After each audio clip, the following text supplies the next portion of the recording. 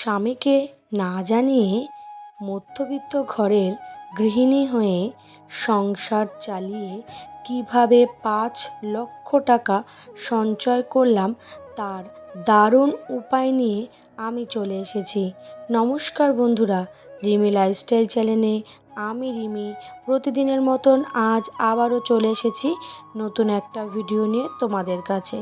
আশা করি দূরে কাছে যে যেখান থেকে ভিডিওটা দেখছো সকলে ভালো আছো, আর তোমাদের ভালোবাসায় আমিও খুব ভালো আছি। এই যে প্রতিদিনের মতন ভিডিওটা আমার কাজের মধ্যে দিয়েই শুরু করলাম। এই যে উনুনটা নতুন বানিয়েছে, কালকে একটু বৃষ্টি হয়েছে বলে ভালো না কেমন একটা হয়ে গেছে, তাই ভাবছি একটু হাত দিয়ে সুন্দর করে লেপে দিই। তেমন একটা ভালো লিপবো না, সবে মাটিটা দিয়ে একটু কোনো রকম শেপ তৈরি করা হচ্ছে, এরপরে একেবারে শুকিয়ে গেলে সুন্দর করে মাটি দিয়ে ভালো করে লিপে দেব। যেহেতু কালকে বৃষ্টি হয়েছে সেহেতু একটু কেমন যেন হয়ে গেছে।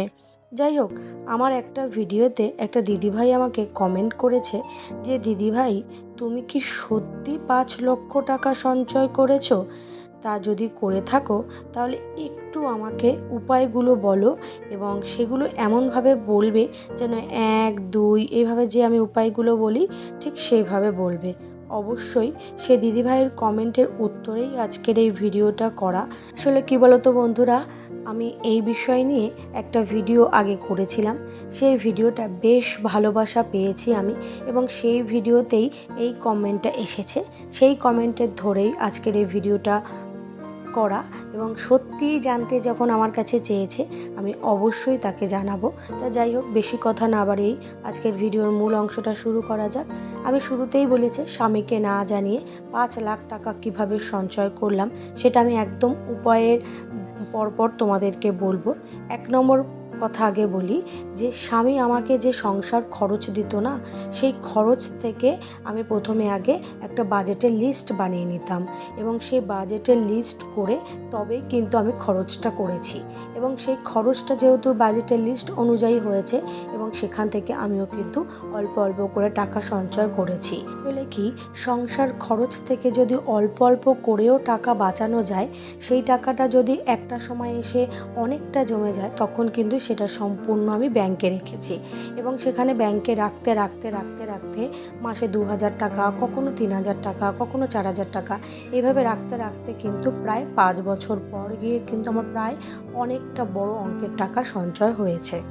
এবার বলি ২ নম্বর পয়েন্ট, যে টাকা বাঁচানোর প্রথম প্রমাণটা কি বলতো, আমি স্বামীকে জানিয়েছি যে আমি টাকা জমাচ্ছি, কিন্তু টাকার পরিমাণটা কিন্তু আমি আমার স্বামীকে জানাইনি।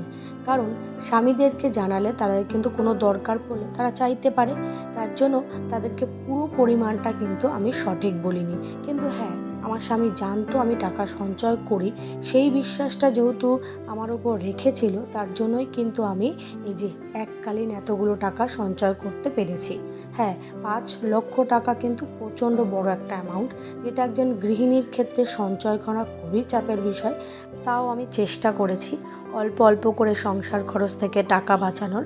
এবার আমি বলি তৃতীয় উপায়টা, যেটা হলো সারা মাসের যে সংসার খরচের যা যা জিনিস আমরা পেতাম, যেহেতু আমরা যৌথ পরিবারে থাকি, মোটামুটি সব জিনিস একবারে নিয়ে আসে, সেখান থেকে ভাগ হয়ে মোটামুটি সবাইকে দেওয়া হয়, সেখান থেকেই আমাদের সংসারটা চলে।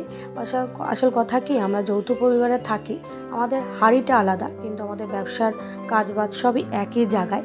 সেখান থেকে যেহেতু আমাদের সমস্ত জিনিস একবারে নিয়ে আসতো, সেখান থেকে অল্প অল্প করে ভাগ করে সবাইকে দিত। সেই যে সারা মাসের যে ব্যবহৃত জিনিসগুলো, সেগুলোকে আমি একেবারে সুন্দর করে চালিয়ে নিয়েছি, যাতে করে আমাকে আর কিনতে না হয়, বা ওই মাস শেষ হওয়ার আগেই যাতে আমার জিনিসটা নষ্ট না হয়, তার জন্য সমস্ত জিনিস কিন্তু আমি হিসাব করে চালিয়েছি। সেখান থেকেও কিন্তু যেহেতু ওইভাবে চালিয়েছি, সেখান থেকেও কিন্তু আমি অল্প অল্প করে টাকা বার করতে পেরেছি।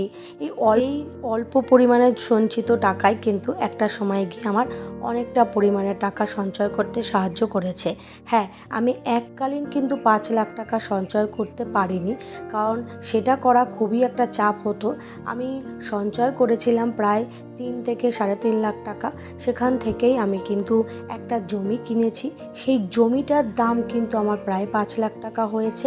কিন্তু হ্যাঁ, অল্প অল্প করে যেহেতু সঞ্চয় করে আমাকে ওই জমিটা কিনতে হয়েছে, সেখানে জমিটা কিন্তু এখন বর্তমানে 5 লাখ টাকার কাছাকাছি জমির দাম হয়ে গেছে। সেখান থেকে আমি বলি যে আমি 5 লাখ টাকা সঞ্চয় করেছি, সেটাও আমি তোমাদেরকে তুলে ধরবো। আর তারপরে একটা পয়েন্ট বলি যে আমি কিন্তু নিজে ইনকাম করি, এটা বলতে পারো আমার 4 নম্বর পয়েন্ট। এটা হচ্ছে সবথেকে বড় একটা পয়েন্ট। আমি কিন্তু নিজে ইনকাম করি, দুবেলার টিউশনি পড়াই এবং সেখান থেকে যা টাকাটা পাই এবং তাছাড়া মেশিন চালাই এবং মোটামুটি এই সমস্ত কাজকর্ম করে তবে কিন্তু যে টাকাটা আমি পাই সম্পূর্ণ টাকাটা কিন্তু আমি ব্যাংকে রাখি। এই জন্যই কিন্তু আমি পেরেছি, নালে ওই সংসার খরচ থেকে অল্প অল্প করে টাকা হয়তো সঞ্চয় করতে পারতাম, কিন্তু আমার সময়টা বেশি লাগতো। যেহেতু আমি নিজে ইনকাম করি সেহেতু সেখান থেকেই কিন্তু আমি এটা করতে পেরেছি। আর এই যে দেখতেই পাচ্ছ যে দলিলটা তোমাদেরকে দেখাই, যেহেতু প্রশ্নসূচক আমাকে কমেন্টটা করেছে সেহেতু সে তার কাছে বিশ্বাস নাও হতে পারে। এবার সমস্ত কিছু তো আর সোশ্যাল মিডিয়ায় দেখানো যায় না। এটা দেখতেই পাচ্ছ যে এটা আমার ছবি, এখানে কিন্তু কোনো রকমভাবে ভুল নেই। আর এদের দুজনের কাছ থেকে আমি এটা কিনেছি। এই জমিটার দাম আমার প্রায় 5 লাখ টাকা হয়েছে। সেই বিষয়টা কিন্তু আমি আমার ওই ভিডিওতে অবশ্যই একেবারে বিস্তারিতভাবে বলেছি। এবারও তোমাদেরকে এই ভিডিওটাতে একদম বিস্তারিতভাবে বলেছি।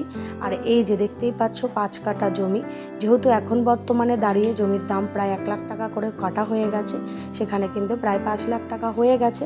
আরও যত দিন যাবে দিনে দিনে কিন্তু জিনিসের দাম আরও বাড়ে, সেখানে কিন্তু আমার জমির দাম দিনে দিনে বাড়তেই থাকবে। এই জন্য সঞ্চয়ের পরিমাণও কিন্তু আমার বাড়তে থাকবে। আমি যে টাকাটা সঞ্চয় করেছি আমি সেটাকে কিন্তু ধরে রাখিনি, সেটাকে বিনিয়োগ করেছি। এটা বলতে পারো আমার একটা 5 নম্বর পয়েন্ট। আমি টাকাটাকে সঞ্চয় করে এক জায়গায় রাখিনি। আমার কাছে যখন প্রায় 3 থেকে 3.5 লাখ টাকা সঞ্চয় হয় তারপরে আমি কিন্তু জমি কেনার টার্গেটটা নিয়েছি এবং সেখান থেকে কেনার পরে আজকে প্রায় দেখো অনেকটা টাকা সঞ্চয় আমার হয়ে গেছে।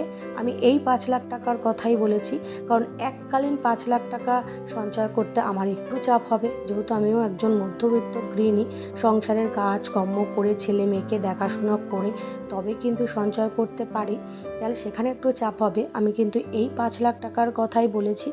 আমাকেও একটু লোন নিতে হয়েছে, কারণ আমি একা সত্যি কথা বলতে এখনকার দিনে দাঁড়িয়ে সম্ভব ছিল না। আমি লোন নিয়েছি, কিন্তু আমি সেই লোন তাড়াতাড়ি শোধ করার চেষ্টা করেছি। অল্প টাকারই লোন নিয়েছিলাম, আমার অল্প কিছু টাকা শর্ট পড়ে এবং জমি কেনার পুরো প্রাপ্য মূল্যটা আমার কাছে ছিল না। কিন্তু এখন আমার মোটামুটি লোন প্রায় আমি শোধ করে ফেলেছি। 1 বছরের মধ্যে আমার শোধ হয়ে গেছে। যেহেতু আমি যা ইনকাম করি আমি সেই ইনকাম অনুযায়ী কিন্তু খরচ করি, যেটা আমি পারবো না আমি সেটা কিন্তু করি না। আমি বেশি টাকার ধার নিয়ে বা লোন নিয়ে বসে থাকি না, কারণ আমি জানি এটা তো আমার শোধ করতে হবে, তাই না? তাতে কিন্তু খুবই চাপ হয়। আমি চেষ্টা করি বেশিরভাগটাই সঞ্চয়ের উপর নির্ভর করে। যদি আমার কাছে পুঁজিটা বেশি থাকে আর লোনটা অল্প নেওয়া যায় তখন ধারটা অল্প নেওয়া যায়, কিন্তু আমার কাছে সঞ্চয় নেই, সম্পূর্ণটা আমি লোনে বা ধারে নেব, তখন কিন্তু পারা খুবই চাপের বিষয়। দেখা গেল কখনো কখনো তোমার সঞ্চিত জিনিসও হারিয়ে যাওয়ার সম্ভাবনা হয়ে যেতে পারে। যাই হোক, অনেক কথাই বললাম। যেহেতু দিদিভাই আমাকে কমেন্টটা করেছে বা সে সত্যতা প্রমাণে যাচাইয়ে আমাকে জিজ্ঞাসা করেছে কিনা আমি তাও বলতে পারবো না, সেই দিদিভাইয়ের কমেন্টের ধরেই আজকের এই ভিডিওটা করা। যদি আমি কোনো কিছুতে ভুল বলে থাকি আমাকে ক্ষমা করে দিও, কারণ আমিও তো মানুষ, ভুল তো হতেই পারে। চেষ্টা করেছি তোমাদেরকে সমস্তটা তথ্য তুলে ধরার এবং সত্যি এবং বাস্তবটা বলার, আর সেই বাস্তবটা আসলে তোমরা বুঝতে পারবে। যদি কোনো নতুন বন্ধু আজকের এই ভিডিওটা দেখো, ভিডিওর কোনো কথা কোনো অংশ যদি তোমাদের ভালো লাগে তাহলে অবশ্যই কিন্তু সাবস্ক্রাইব করে পাশে থেকো। আর পুরনো বন্ধুদের জন্য আমার তরফ থেকে অনেক অনেক ভালোবাসা, কারণ তোমাদের ভালোবাসা ছাড়া আমি এতটা পথ একদমই এগোতে পারতাম না। সুন্দর একটা লাইক কমেন্ট করো, কারণ তোমাদের একটা লাইক একটা কমেন্ট আমাকে আরও নতুন নতুন ভিডিও তৈরি করতে খুব সাহায্য করে। আমার বেশ ভালো লাগে যখন কোনো নতুন কমেন্ট আসে যে না আমি এটা দিকে একটা সুন্দর ভিডিও করতে পারবো, তখন আমার সত্যি কথা খুব আনন্দ হয়। যেহেতু আমার ভিডিওর টপিকটাই টাকা পয়সার উপরে, সেহেতু বেশ ওটা থেকে ভিডিও যদি কমেন্ট আসে আমার বেশ ভালো লাগে ভিডিও করতে। আশা করি তোমাদের ভিডিওটা ভালো লাগবে। আর টাটা, সকলে ভালো থেকো, সুস্থ থেকো। আবার দেখা হবে নতুন একটা ভিডিওতে। আজকের মতন ভিডিওটা আমি এখানেই শেষ করছি। এই যে আমার কাজের মধ্যে দিয়েই ভিডিওটা শেষ করব। সকলে কিন্তু সুস্থ থেকো। ওয়েদারের পরিবর্তন হচ্ছে, সেহেতু অনেকেই অসুস্থ হয়ে যাচ্ছ। একটু সুস্থ থেকো, সাবধানে থেকো। টাটা, আর ভালো থেকো।